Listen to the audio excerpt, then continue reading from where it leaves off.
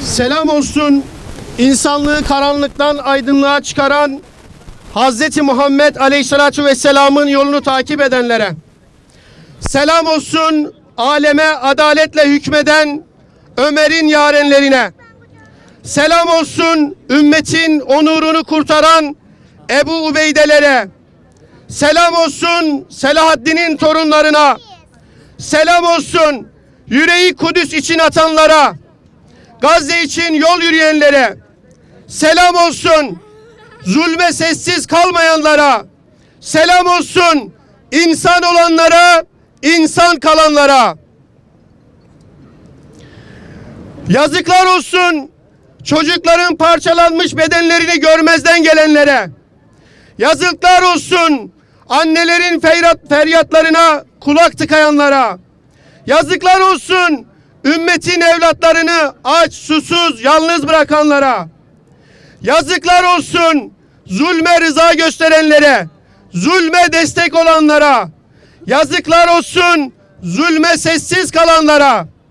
Yazıklar olsun ümmetin onuru Mescid-i Aksa'yı 3 kuruş menfaatlerine satanlara.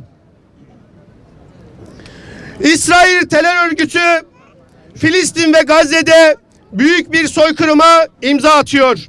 Siyonist rejimin sınır tanımadığı bu vahşette 7 Ekim'den bu yana 22 bin kardeşimiz şehit düştü.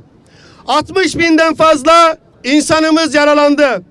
10 binlercesi enkaz altında kurtarılmayı bekliyor. Terör örgütü sadece çoluk çocuk, yaşlı genç, sivil insanları değil, sağlık görevlilerini, hastaneleri, gazetecileri öldürüyor. Ambulansları ve yardım tırlarını vuruyor. Soruyorum size, bu nasıl bir gözü dönmüşlük, bu nasıl bir vahşettir? Dünyanın gözü önünde başta soykırım suçu olmak üzere birçok savaş suçu işleyen İsrail terör örgütü bu zulümlere 7 Ekim'de başlamadı.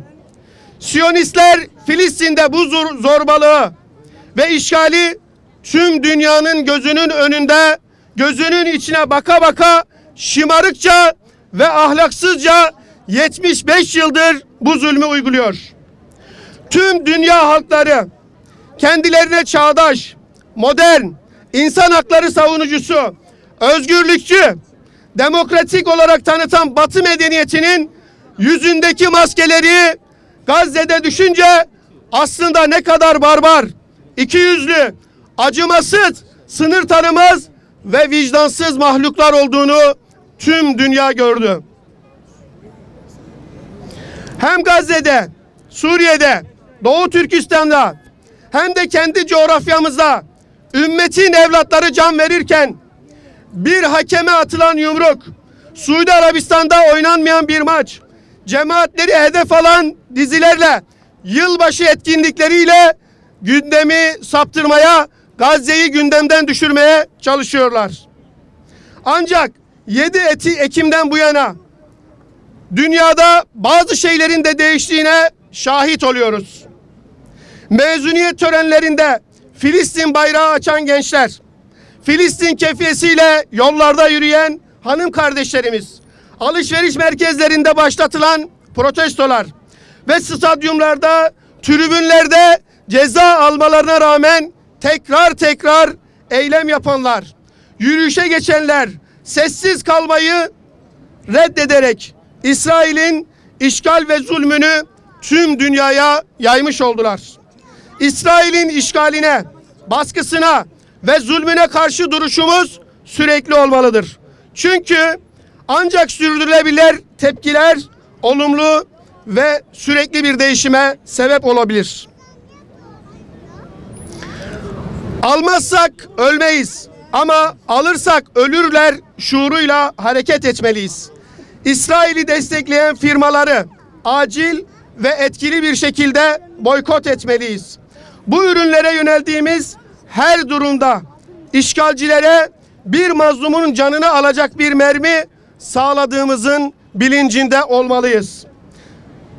adalet ve özgürlük mücadelesinin öncülerinden olan Malcolm X'in ister mermi kullansın, ister oy pusulası, insan iyi nişan almalı, kuklayı değil kuklacıları vurmalı ifadesinden hareketle bu katliamın bütün faillerine hadlerini bildirmek zorundayız. Gazze'deki sivillerin ölümüne yol açan saldırıları kınamakla yetmeden en azından İncirlik üssünü kapatmalıyız. Herkesi, her kurumu Siyonist İsrail terör örgütünün arkasındaki sömürgeci düzene karşı mücadele saflarında birleşmeye davet ediyoruz. Boykotların olumlu etkileriyle halkların idaresini kuracağı adil bir geleceğe doğru adımlar atalım. Unutmayalım ki direniş savaştan daha uzun sürecek. İsrail terör örgütünün işgaline karşı bir duruş sergilemenin, dayanışma içinde olmanın ve adaleti savunmanın bir yolu olarak da birlikte adım atmamız çok önemlidir. Bu birlikteliğin devam etmesini diliyorum. Onlar zulmü yaşadı, bize ise edebiyatı kaldı. Onlar destan yazdı, bize ise tiyatrosu kaldı. Onlar direniş gösterdi, bize ise seyretmek kaldı. Onlar şehadete koştu, bize ise sessizlik kaldı. Ne mutlu sessiz kalmayanlara, zulme rıza göstermeyenlere. Allah şehadetinizi, şahitliğinizi kabul ve makbul eylesin. Velhamdülillahi Rabbil Alemin.